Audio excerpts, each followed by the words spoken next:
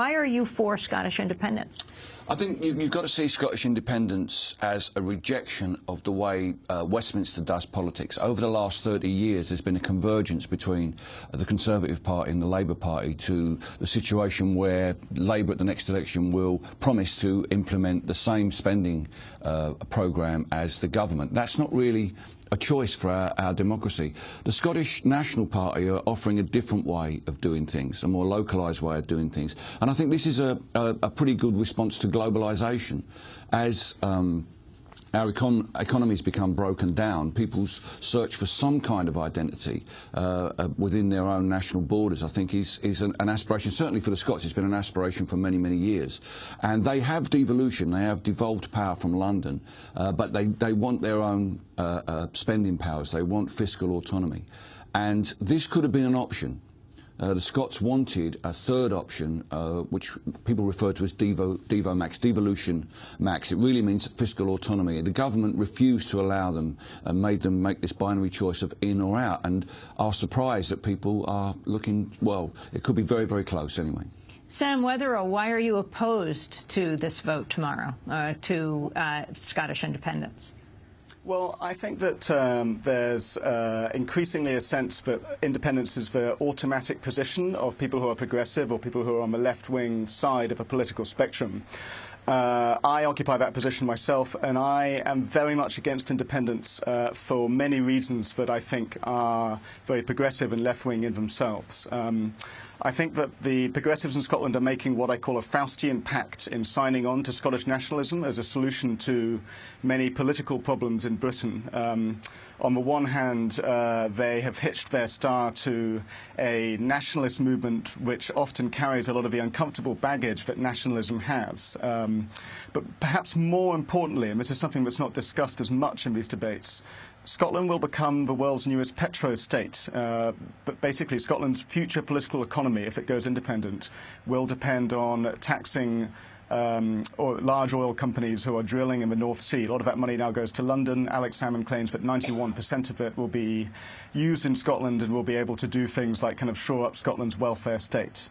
I am anxious for both environmental and political reasons about Scotland's high dependence on oil, both in the sense that, obviously the environmental arguments don't need to be spelt out, but the political arguments of having large oil companies such as Ineos, who are a big Swiss company that own entirely the Grangemouth oil refinery in Scotland, pose a big risk. They already have a lot of influence in Scotland. Their influence would definitely set to increase under an independent Scotland. And what's more, I think that there's an argument for those on the left that this would kind of, be a nice blow to a kind of a Westminster elite that's in thrall to a particular kind of high finance, high banking political economy, the kind of economy that blew up in 2008.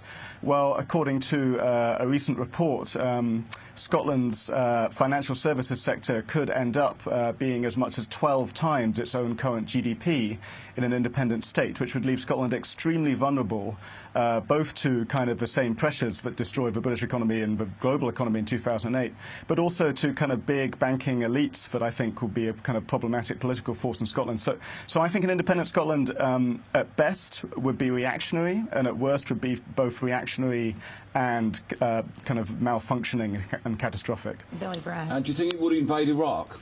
Do you think it would, take part in illegal invasions of country? I mean, all the things you've just said, the British state does. It's a petrochemical power.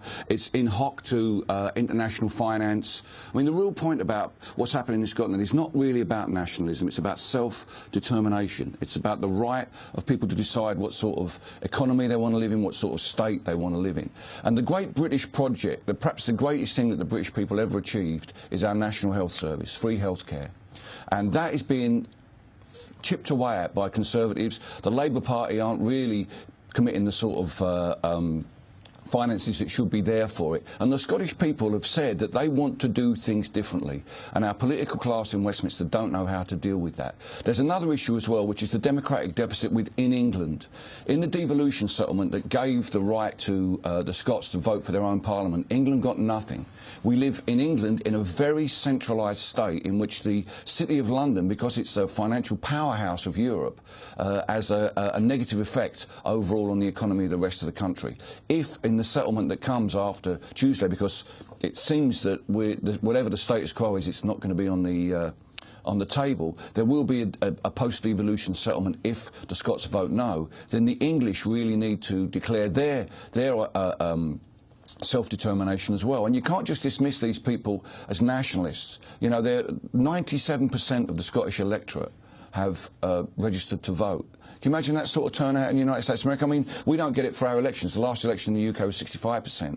I mean, people are taking control of their future. And I think in a globalised world where high finance, as we've already mentioned, high finance does have too much power, this is a real evidence of people power. And our political class, based on focus groups and lobbying groups, don't know how to deal with it.